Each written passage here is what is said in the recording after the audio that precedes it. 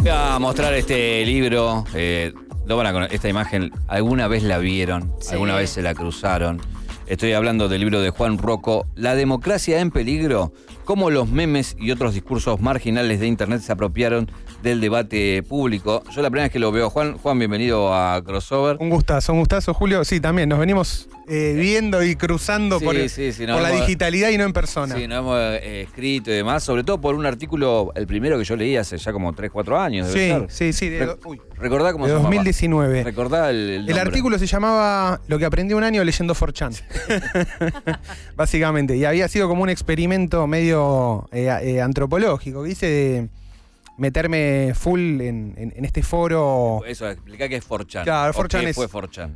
4chan fue un foro muy, así como muy marginal, donde nació de alguna manera la cultura memética, sí. Y fue uno de los lugares donde se organizó todo lo que fue la campaña de 2016 pro-Trump, y salieron toda una serie de memes que se metieron mucho en la campaña, que confundieron mucho al comando de campaña de Hillary Clinton, y bueno, y ahí se organizaban como los raids a diferentes páginas, manifestaciones para molestar a los demócratas y eso cosas sigue por el existiendo. estilo. Sí, el sitio sigue existiendo, perdió mucha fuerza también porque pasó de alguna manera el momento. Pero se generó toda una cultura, sobre todo porque está dividido por canales, ¿no? Vos tenés canal de política, canal de anime, qué sé yo, canal de videojuegos. Y en el de política, que se llama Políticamente Incorrecto, siempre fue como un lugar donde circularon discursos como muy así extremistas, medio radicalizados y demás. Entonces, bueno, en ese momento hice un artículo, porque yo ya veía en el 2019 que parte de esa cultura empezaba a aparecer en comunidades digitales más acá en Argentina. En algunas cosas por ahí en lo que era Taringa, alguna página de Reddit, algunos usuarios en Twitter, y vos veías que decías, che, este discurso yo ya lo conozco, sé de dónde viene, entonces bueno, tracemos medio una genealogía de lo que fue todos estos movimientos, de cómo hablan, de cómo está estructurado su mundo, cuáles son sus visiones sobre la realidad y demás. Y ese artículo le fue tan bien que medio que me inventé una carrera. Que sería, ¿no?, de memeólogo. De memeólogo, claro. Eso, como periodismo relacionado con, bueno, cultura de internet y auge de las derechas, extrema derechas y cosas por el estilo. Y bueno, y ahí fui escribiendo para varios medios, saqué algunos artículos más, fui reforzando un poco el aparato teórico que yo tenía como para entender este fenómeno. Yo venía de estudiar filosofía, entonces alguna noción de meme había visto en la facultad, pero no muy completa, y me puse ahí a full a leer, a ver en qué andaba la discusión y demás. Y bueno, y medio que 4 años después, fast forward, el libro que, bueno, sabíamos que iba a salir justo para lo que era la campaña y demás, pero creo que no te imaginas tanto. Claro. Vamos del inicio para hacer el recorrido. ¿Qué es un meme? Para vos, para tu concepción, ¿qué es un meme o qué entendemos por un meme? Bueno, la definición de meme que uso en el libro es de una autora que se llama Limor Schiffman, que básicamente dice: un meme es un ítem o un grupo de ítems digitales que comparten contenido, forma y postura, que son creados uno con conciencia de los otros y que se circulan a través de internet. La idea de compartir forma nos sirve mucho para pensar en géneros de memes, o por ejemplo ciertas imágenes de memes, o ciertas imágenes con texto, lo que era conocido como image macro, que ahora es lo más normal de cualquier cosa, que es un frame de una película, un frame de Los Simpsons y un remate. Digo, todo eso puede ser pensado como memes que comparten forma y el contenido va cambiando.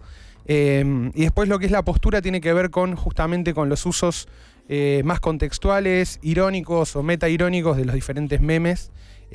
No es lo mismo, qué sé yo, utilizar un meme en un grupo de WhatsApp con amigos que utilizarlo en la esfera pública. No es lo mismo utilizar un meme ridiculizando a Alberto Fernández después de que dio un discurso o usarlo, qué sé yo, no sé, con tus amigos. Entonces el tema de cómo uno utiliza los memes como para decir cosas sin decirlas, está muy relacionado con esto de la postura en la utilización de los memes.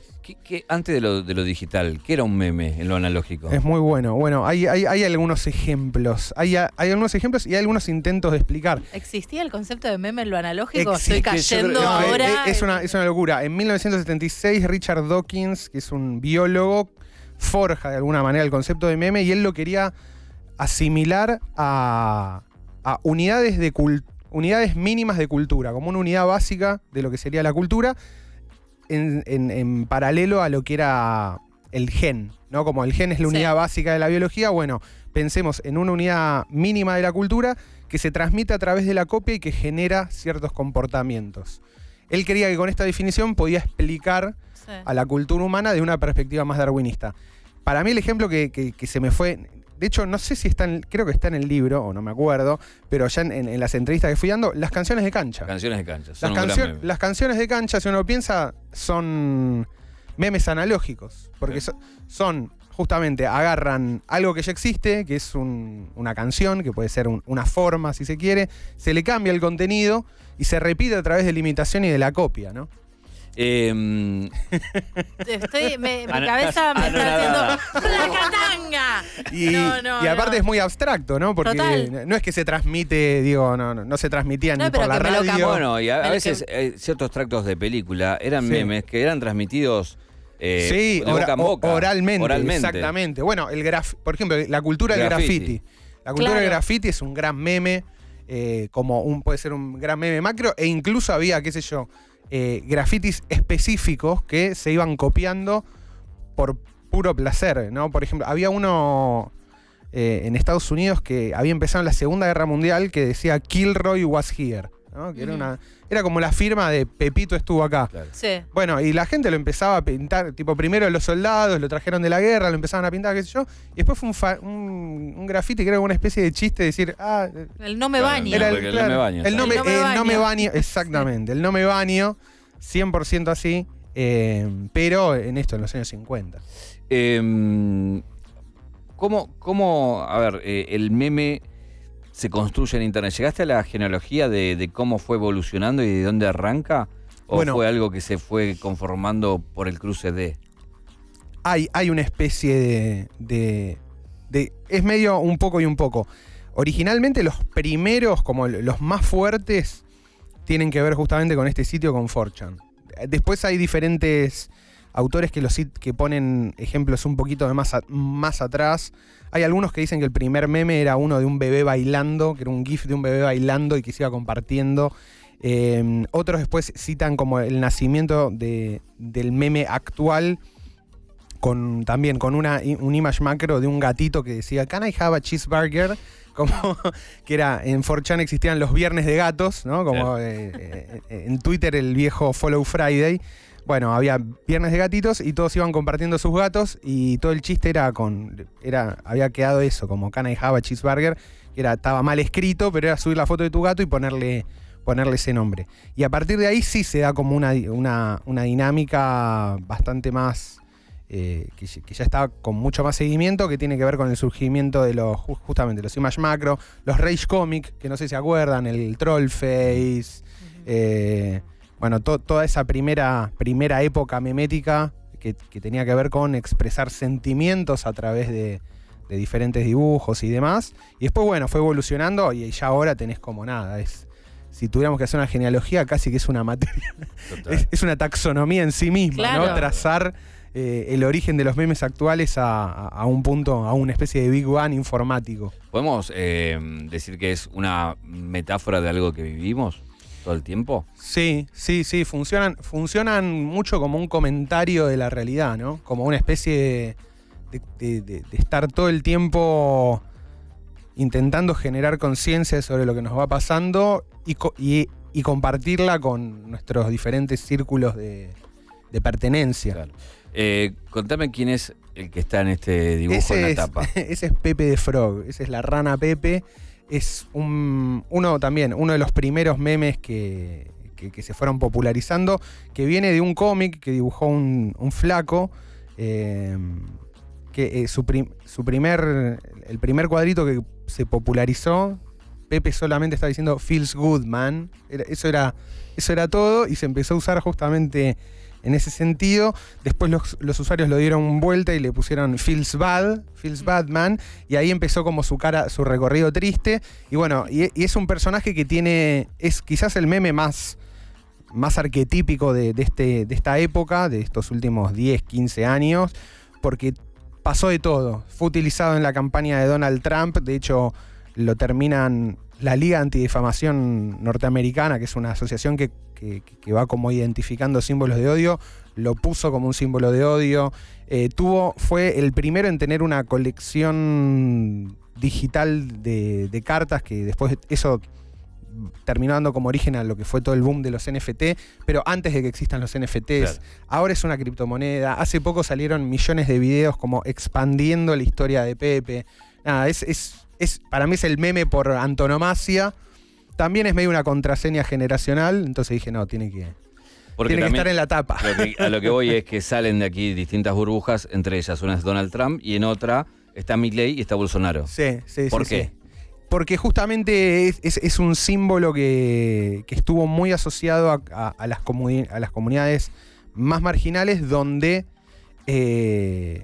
fueron, de alguna manera, donde los discursos tanto de Trump como de Bolsonaro y ahora de Milei fueron donde mejor calaron, ¿no?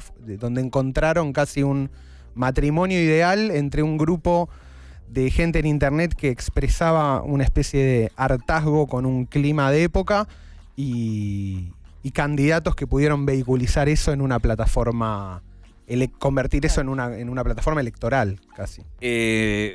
Voy a ensayar y pensar juntos, no tengo nada resuelto ni sé nada. Cuando la cultura estaba regida por los medios tradicionales, quienes llegaban a los medios tradicionales eran determinadas personas que ya sabían que entraban a un lugar que tenían las reglas de juego ya instauradas. Entonces, uno era parte de eso, sabiendo que hay ciertos intereses donde, desde la democracia, las empresas, distintos discursos, que vos te acomodás a eso. Sí. Y llega Internet y las personas empiezan a tener contenido. Totalmente. Y ese contenido justamente no está regido por eso. Claro. Entonces, ven en ese lugar de lo políticamente incorrecto el lugar de libertad frente a lo establecido, que son estas reglas que contaba, que ciertos, como se llaman ahora, creadores de contenido, o en ese momento actores, periodistas, conductores y demás, tenían esa cajita en la cual se tenían que mover. Y con esto voy.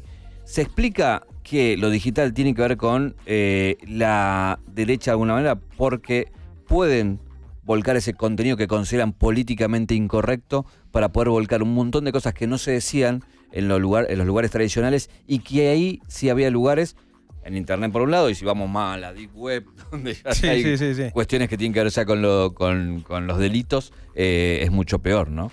Totalmente. Yo creo que sí. O sea, justamente lo que vos decías, Julio, es el hecho de los medios tradicionales, por ponerle un nombre, los medios masivos tradicionales, tienen una serie de reglas y una serie de convenciones, quizás que el público no las conoce, pero los que participan sí, acerca de lo que se puede decir o lo que no se puede decir, o cuáles son los límites de lo decible. Internet es un territorio mucho más difuso. De hecho, el origen de Internet tiene que ver con, o por lo menos la primera cultura primigenia de Internet tiene que ver con la cultura del hackeo, de la piratería, de como justamente una lógica contrahegemónica.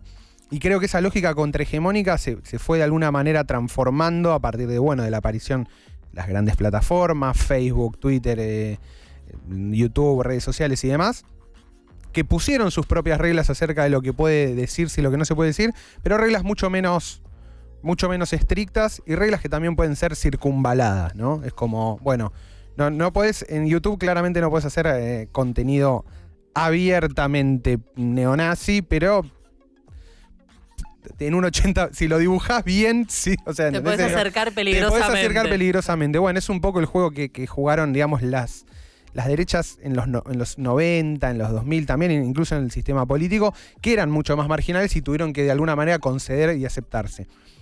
Conceder para adaptarse, digo. Y ahora lo que tenemos es toda una galaxia justamente de opiniones, creadores y demás, que directamente incluso excede la lógica de las redes sociales, o en las redes se termina amplificando, pero que existe por afuera, en toda esta galaxia de foros, subforos como, no sé, Reddit, grupos de Telegram, chat de Discord, digamos, en la multiplicidad de herramientas que existen en el mar de la información, y que de alguna manera siempre tuvieron, o ahora están con mayor, digamos, con mayor, no sé, pregnancia de esta idea contrahegemónica, ¿no? Y hay una idea, o por lo menos desde estos sectores, hay una idea de que el progresismo, la centroizquierda, la izquierda, digámosle lo que sea, la corrección política, tiene el control de los medios, ¿no? O como que hay una hegemonía comunicacional de ese lado. Entonces, digamos, ahora quedó como invertido ese campo donde la contrahegemonía, donde los discursos, digamos, anti-establishment y demás quedaron más hacia la derecha y hacia la extrema derecha también, ¿no? Y eso, si bien haces ese recorrido, ¿por qué pensás que se dio? Porque, a ver, vino alguien acá y dijo una vez, las plataformas son de derecha. Sí. Entonces, las plataformas son de derecha porque las mismas plataformas, digo, direccionan algorítmicamente eso, sí, o porque no. orgánicamente se dio así. Yo creo que orgánicamente hay como un crecimiento y hay un lugar, digamos, para ponerlo a ver de manera clara, digo, la izquierda ocupa otros lugares simbólicos. Ocupan las universidades, los medios de comunicación, algunos medios de comunicación, algunos cargos públicos, digamos. Hay otra red por donde se mueve ese tipo de discursos, digo, editoriales. Bueno, yo digo, decime una buena editorial actual de derecha, cero. Te digo una buena de izquierda y empezás Caja Negra, La Cebra, digo, hay una producción intelectual de izquierda que es completamente efervescente. Vas a la Fed ahora y hay miles de personas comprando. Digo, la circulación de cultura de la izquierda tiene otros canales. Y Internet no fue muchas veces ese canal. En cambio, Internet es mucho más, está mucho más poblado, o pareciera ser más nativo en esta época, ¿no? Por este tipo de discursos, justamente, discursos que, digamos, de una especie de escepticismo medio radical, donde todo está puesto como en duda, desde la curvatura de la Tierra, los ovnis, ¿no? A quién gobierna, ¿no? Entonces, como ese discurso es completamente desarticulado, no tiene las estructuras ni los mecanismos de premiación ni de censura que puede tener, no sé, el sistema académico, las editoriales y demás, bueno, va convirtiéndose en un magma y en un mare magnum autónomo donde se va replicando a partir también de lo exitoso que sean los diferentes grupos o creadores de contenido y los diferentes contenidos que van ganando terreno, ¿no? Y eso se retroalimenta de una manera muy fuerte porque, digamos, también muchas personas empiezan a encontrar ahí argumentos en los cuales o con los cuales discutir o poner en jaque la realidad. Bueno, hoy se habla mucho del voto joven y por qué los votos van a un determinado sector o no. Se explica mucho en que los pibes que estaban en esos foros donde no estaba la izquierda o donde no estaban otras corrientes, hayan tomado esa cultura como propia y como parte de esto de contrasistema a la hora de después volcarlo a un voto. Yo creo que algo de eso hay. Obviamente no explica todo, como decíamos recién, ¿no? No podemos explicar todo el fenómeno, pero sí se puede notar que hay una... Por eso lo estoy diciendo a los totalmente. jóvenes. Por lo menos, digamos, ¿no? El estereotipo de jóvenes varones o lo mismo, misma esta identidad autopercibida de los participantes de estos foros como jóvenes que no estudian, no trabajan, tienen problemas para relacionarse con sus pares, tienen problemas para tener relaciones sexoafectivas, bueno, como todo este medio universo de esas características, donde realmente encuentra en Internet y en formas a veces más o menos crueles, formas de relacionarse o comunidades de pertenencia. Incluso en esas comunidades también no es que vos entrás y todo el mundo, sí, aguante Milei. No, tienen sus propias preferencias, se pelean entre ellos. O sea, no es que es una cuestión como un bloque monolítico de piensan todos igual. No, es como un espacio de discusión, pero donde se puede discutir utilizando un código que no está permitido casi en redes sociales, porque bueno, algunos tienen ribetes ultramachistas, otros son abiertamente neonazis. Entonces, son discusiones que ni siquiera uno puede ver en Twitter sin que esos usuarios sean completamente baneados. Claro.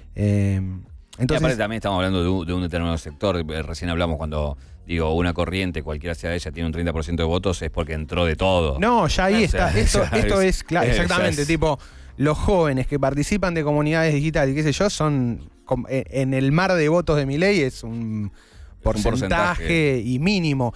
Sin embargo, lo que van teniendo, digamos, este tipo de comunidades quizás sí es lo que en un principio son los que te sostienen esos años que creo que Milei tuvo que pagar de ser un personaje completamente bizarro para el resto de la... No tomado en serio. Exactamente, durante los primeros años la imagen es, este tipo es un payaso.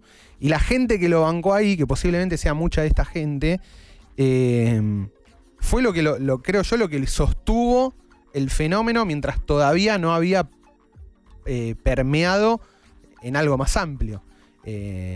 Eso es muy, digamos, ese grupo, ese núcleo duro es muy importante porque es el que te va a sostener y el que va a replicar. Digo, Milei tuvo siempre, esto es interesantísimo pensar, gente que clipeaba todas las entrevistas y las subía a un canal de YouTube. Es que justamente hoy lo contaba un poco, que la diferencia a la política tradicional y a la militancia tradicional es que una militancia muy orgánica, muy de yo soy parte de esto y te voy a defender y voy a clipear, voy a hacer un meme, voy a pelearme con tal, voy a estar todo el tiempo en la discusión y ganándotela en el terreno digital. Por lo menos abrumándote, ¿no? Es como, desde el inicio se podía ver eso, tipo, canales de YouTube que clipeaban cualquier participación. Después eso convertido en clips, eso lo veías en 10 cuentas de Twitter, después lo veías en Instagram, después cuando apareció TikTok, digo, en todas las plataformas vos tenías la presencia muy orgánica, porque tiene que ver con esto, con usuarios que por un lado les gustaba lo que escuchaban, se identificaron con, y después también creo que tuvo que ver con, siguieron, obviamente, muchos de esos usuarios que tenían algo más orgánico, después terminaron formando parte de los equipos de campaña o de su círculo íntimo, ¿no? Entonces, también mucha viveza de Milei de interpretar rápido quiénes podían servirle en esa estructura y llevarlos ahí. Ahora, cuando uno era adolescente o quizá la generación anterior, no sé, digo ejemplos. Tenías la revista Humor, que era la que opinaba políticamente y hacía humor con la política. Sí. Y tenía una influencia muy fuerte, Sí. generacionalmente hablando, a nivel de cierta cultura, cierto sector y demás. Y después fue ocupándose, no sé, digo, te puedo decir Tato en un momento, te puedo ir como diciendo varias cosas que mezclaron el humor y la política que tenían injerencia a la hora de conformar un electorado, un voto, digamos, una mirada política. Eso la centroizquierda no lo aprovechó jamás en Internet y recién ahora creo que está llegando a debatir esa batalla cultural en un punto. ¿Y por qué pensás que tardó? Yo pienso, por ejemplo, en esta línea, en esta genealogía que decís vos, creo que la última que en su momento había tenido un poco esta onda podía haber sido Revista Barcelona también, Total, ¿no? Sí. total. Que entró con ese humor muy cáustico, qué sé yo, hasta que después la propia época se encargó de dejar a Barcelona como casi una revista de comentario, Total. ¿no? Es como la época se volvió más bizarra que Barcelona. Creo yo que tiene que ver, o por lo menos mi intuición es con que siempre la izquierda, el progresismo y demás tuvo otros circuitos de validación, lo que decíamos anteriormente, ¿no? Como las universidades, las editoriales, de alguna manera el metajuego de la intelectualidad de la izquierda es otro, es lograr ser reconocido a través de medios o en algún portal periodístico, o lograr editar o dar una charla en o dar alguna una charla en alguna universidad, universidad, o armar un grupo de investigación, digamos, como que los canales donde circula los trabajos y la creación de conocimiento desde la izquierda siempre apuntó a esto, como a grupos más establecidos. Y también, digamos, los auges que hubieron, si se quiere, más de izquierda en Internet, rápidamente viraron a otra cosa. Por ejemplo, no sé, Napster y la lógica pirata, ¿no? automáticamente algo que podría haber sido un movimiento completamente democratizador de la música fue rápidamente reintroducido por la industria en, bueno, al toque salió iTunes, te vendemos una canción por 1 minuto y 10 años adelante, fast forward, la economía de plataformas. Como que rápidamente también, donde había posibilidad de ejercer cierta contrahegemonía izquierdista en Internet, rápidamente el sistema la asimiló a nuevas formas de producción. Y por otro lado también creo que le costó mucho o cuesta mucho ver desde la izquierda y desde el progresismo que hace ya varios años de alguna manera tiene la hegemonía o es parte de la hegemonía cultural. Digo, el avance del feminismo, el avance de la corrección política, digo, diferentes... Déjame meterte ahí Sí. un bocadillo a ver qué pensás, porque son cosas que las cuales vengo pensando hace años en ese derrotero.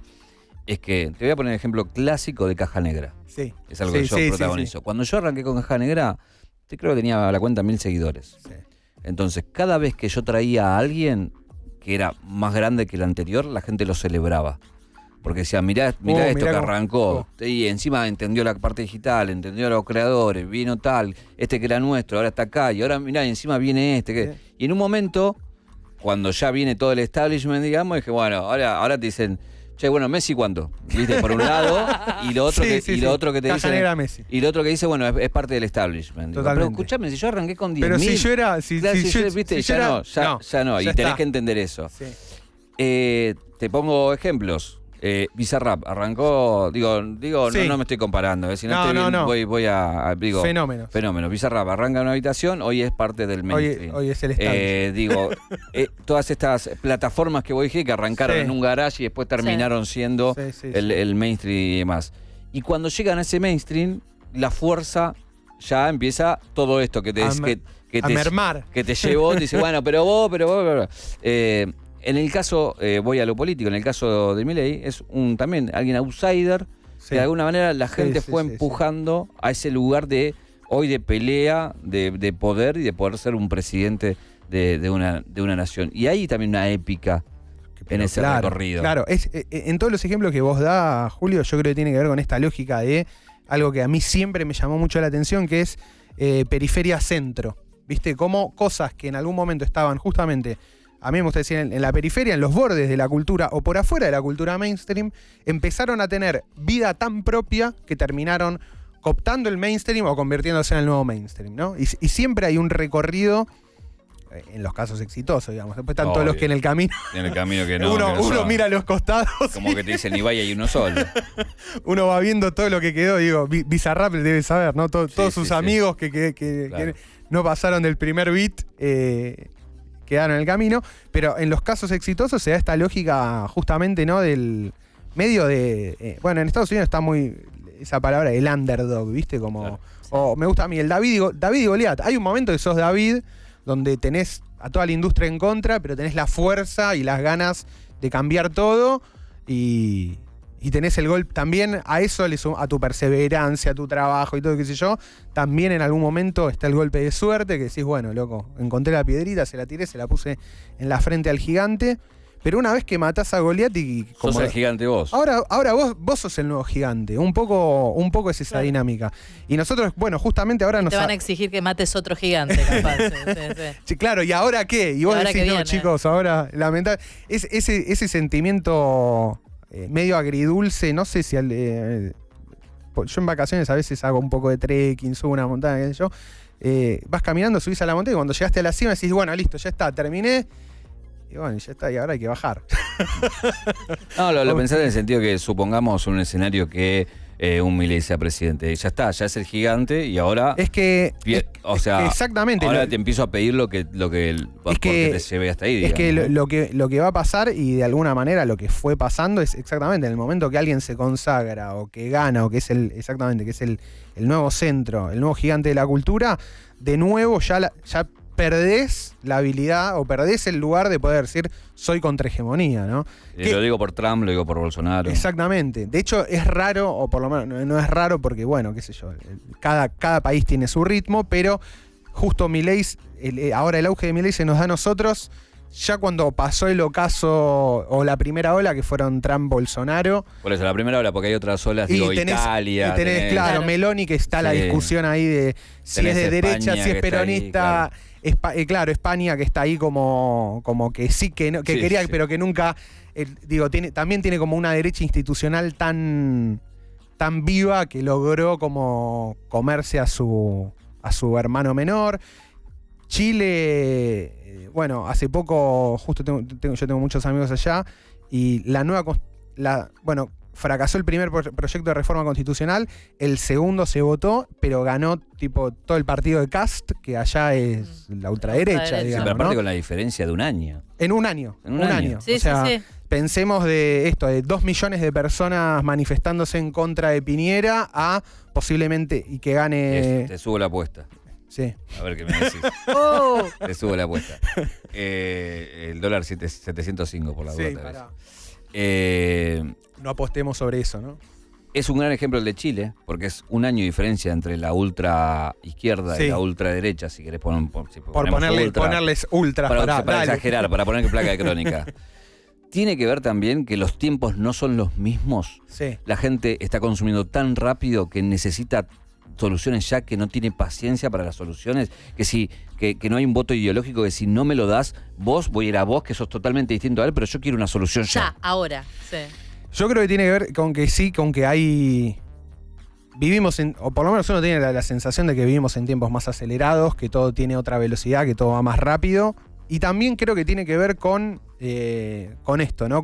Me parece que tiene que ver con percepciones y con efectos que, digo, la aparición de una izquierda muy por fuera de lo que era el sistema electoral del post-pinochetista en Chile, y justamente esto, manifestaciones de 2 millones de personas y demás, a vos te da una sensación de hegemonía total de la izquierda. Pero en paralelo a eso, proceso, digamos, siempre que, o lo que se va viendo en los procesos de polarización es que justamente cuando crece mucho algo, la reacción a esto crece casi en forma, no te digo que simétrica, pero sí muy, muy similar. Entonces, en ese auge de la izquierda propiamente dicho en Chile, fue acompañado de un auge de una versión más extrema de la derecha en Chile.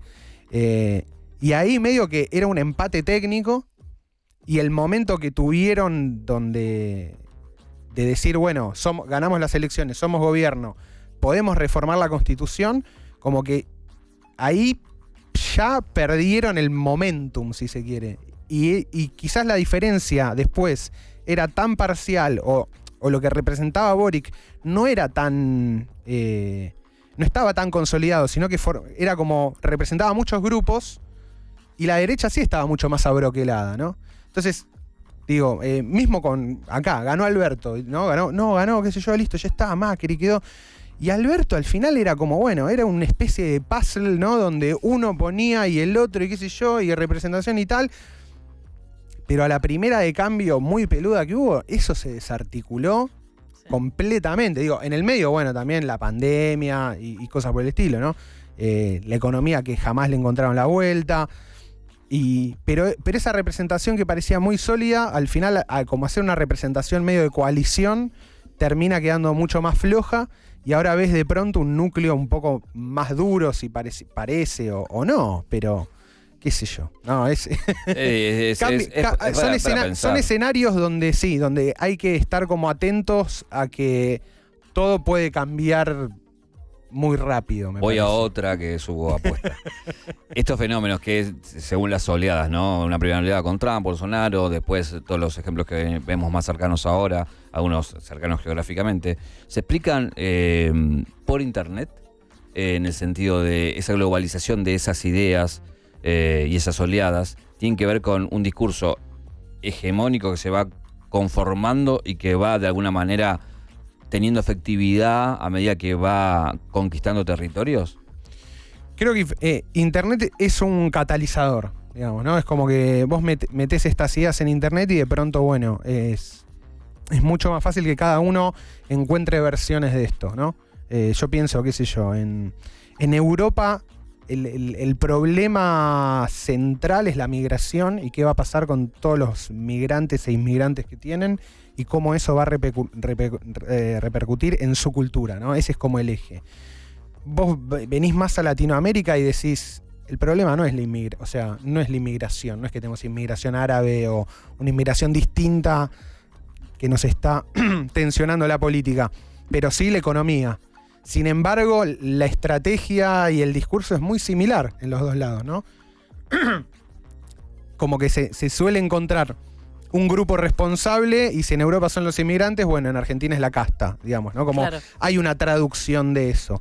Y obviamente después tiene que ver con instanciaciones propias de cada lugar. En Brasil, Bolsonaro hizo como una campaña muy enfocada en la corrupción y la delincuencia y que Lula era un delincuente y las causas judiciales. En Estados Unidos Trump habló mucho, el eje fue el problema productivo entre lo que se había exportado, o sea, toda la masa de trabajadores que había perdido Estados Unidos exportando su industria a China y cómo se habían olvidado del americano que había levantado el país. Entonces era America First y Make America Great Again. Y bueno, y cada una de esas, digamos, como clivajes o tensiones que se dan en cada país, se van adaptando, pero sí es cierto que la estrategia y las formas en que, los caminos en que van haciendo estos grupos para llegar al poder, comparten muchas características y mucho tiene que ver con esto, con la información que circula en internet y los ejemplos que pueden aprenderse unos de otros y hasta las conexiones que terminan teniendo fácticas. Digo, Milei tuvo habla mucho con Kast, fue muchas veces a dar charlas en Vox. Claro. Bolsonaro lo invitaba a su cierre de campaña y viceversa. Entonces, digamos, también estos outsiders de derecha tienen una lógica entre ellos bastante citada. El libro se llama La democracia en peligro. Futuro. Digo, estamos viendo cada vez posiciones más enfrentadas que se juntan para lograr un triunfo electoral, Sí, ¿no? sí. Vamos camino a posiciones donde la casta, si querés, o la política se junte porque el problema sea democracia o no. Sin duda. O sea, lo vimos en Estados Unidos, lo vamos a ver. Yo creo que en algún momento vamos a ver a Lilita Carrió con Cristina Claro. diciendo la democracia está en peligro, que tiene que ver con yo le digo, respuestas sistémicas, ¿no? Como que el propio sistema empieza a detectar o se le generan los anticuerpos y es tan fuerte lo que tiene, el peligro que tiene enfrente, Que no les queda otra que que no les juntarse. queda otra que juntarse. Digo, hace 15 días La Nación Más, por ejemplo, por citar un ejemplo, cambió completamente su lógica y Viviana Canosa pasó a atacarlo a Milei como si Sí, fuera rarísimo. su enemigo número uno después de 2 o 3 años de Amor, invitarlo sí, todos los días sí. a su programa y que grande Javier. Y nada, y desde las operetas más berretas a decir que es un nazi, como vos decís, pará, Viviana, ¿qué pasó en el medio? Y en parte creo que tiene que ver con estas ideas de respuesta sistémica. Bueno, hace poco en el foro Yao Yao, que se había hecho como una encuesta, que es el lugar donde se juntan todos los empresarios de Argentina y qué sé yo, quién era el candidato favorito. El candidato favorito por amplio margen era Larreta. Milei, tipo, lo habían votado 2. Digo. Bueno, el tema de los bonos ayer era una respuesta, ¿no? De cómo habían bajado. Claro. Los bonos argentinos los bonos explotan. Por otro lado, la bolsa local, el Merval, subió. O sea, los bonos de YPF y todo eso, la gente que le gusta timbear ahí con el Merval estaba muy contenta. Pero bueno, digo, tiene que ver con esto. Lo que plantea de alguna manera Milei es como una nueva grieta, un ellos y un nosotros, donde el ellos es justamente la casta o todo el sistema político que no puede darle respuestas a Argentina, respuestas económicas, sociales, de seguridad y demás durante ya varios años. Y él cuenta con la ventaja de tiene el inventario limpio, ¿no? También. Claro, es esto, claro, tiene obvio. o sea, el hecho de no, justamente, ¿no? De no haber gestionado. El hecho de no nunca haber nada, gestionado, no haber participado, que todo el mundo lo señalaba, por lo menos, ¿no? Desde los lugares más de política, más expertos, se señala como una deficiencia. Para su electorado es una fortaleza, porque justamente no tiene prontuario, entonces tiene la ficha limpia. Ahora, ¿cómo se desenvuelve en el sentido de mucha gente, yo veo que está enojada, diciendo, ustedes votaron mal, el dedito acusador, esta cosa de No, es todo. el mansplaining de voto y Es todo eso? todo. es todo copium, ¿viste? En internet circula mucho esto de la palabra de, bueno, no me sé la traducción de cope al castellano, que es como, bueno... Deal with, tipo, sí, lidia con esto. Es como lidia con esto. Chicos, se dieron cuenta, o sea, es un poco la reacción de... Si estabas más o menos leyendo la situación, sabías que esto estaba... Obvio, creo que nos agarró a todos por sorpresa, incluso al propio Milei, que haya salido primero, Claro, ¿no? Es como, es demasiado, incluso para el más optimista, pero sí de chicos, esto se viene viendo hace tiempo. Digo, hace cosa de un año tuvimos un chabón completamente pirado que intentó matar a la vicepresidenta del país. O sea, ya se vienen viendo señales. Hay señales. Hay señales, claro, el que tiene dedo para ver que oiga, hay señales de que la cosa viene. Es como el meme, justamente, hay señales. Exactamente, de que se viene caldeando. Y lo que sí, seguramente, bueno, esto genera mucha frustración. También es cierto que digo que, bueno, hay sectores que sienten esto como una amenaza mucho más grande. Por ejemplo, el colectivo LGBTIQ+. Digo, también lo que sucede cuando estos candidatos aparecen en escena es que un montón de gente, incluso marginal a los propios armados y demás, se envalentona, empieza a creer que, bueno, que no estaba solo, entonces por ahí toma, nada, qué sé yo, empieza a ejercer su crueldad o intenta ejercer su crueldad justamente con minorías y cosas por el estilo, que creo que es lo que vamos a tener que estar muy atentos, ¿no? A tener cuidado con ese tipo de situaciones que se pueden empezar a dar. Te quería llevar a otra plataforma que no hablamos, porque yo miro mucho TikTok, sí. no sabes ya. Bueno, uno si viene consumiendo YouTube y demás, ve ciertas caras, ve quienes representan a Milei o quien apoya su discurso, o también los jóvenes. Hoy cuando ves TikTok y entré en ese algoritmo, o por ahí me tocó, o no sé si está fogoneado, no lo sé, vi mucha gente votando a Milei y mucha gente no sé, del conurbano, de ciertas provincias, de cierto estrato, donde la penetración de TikTok es muy alta.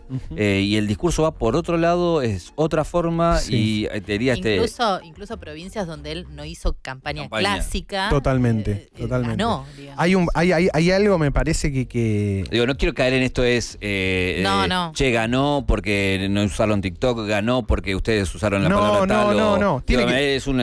Vuelvo a lo mismo, es multiplicidad de factores que hace que llegue hasta acá, desde lo más tradicional a esto que por ahí... Tiene que ver con cómo circula, digo, estas herramientas hacen circular información por otros canales, y que por otro lado está bien. Pensemos en cuál era, ¿no? En su momento el objetivo de la ley de medios, y era que, bueno, que cada comunidad cree su propio contenido, que las provincias hagan sus propios canales. Bueno, pero por eso hay un anacronismo ahí.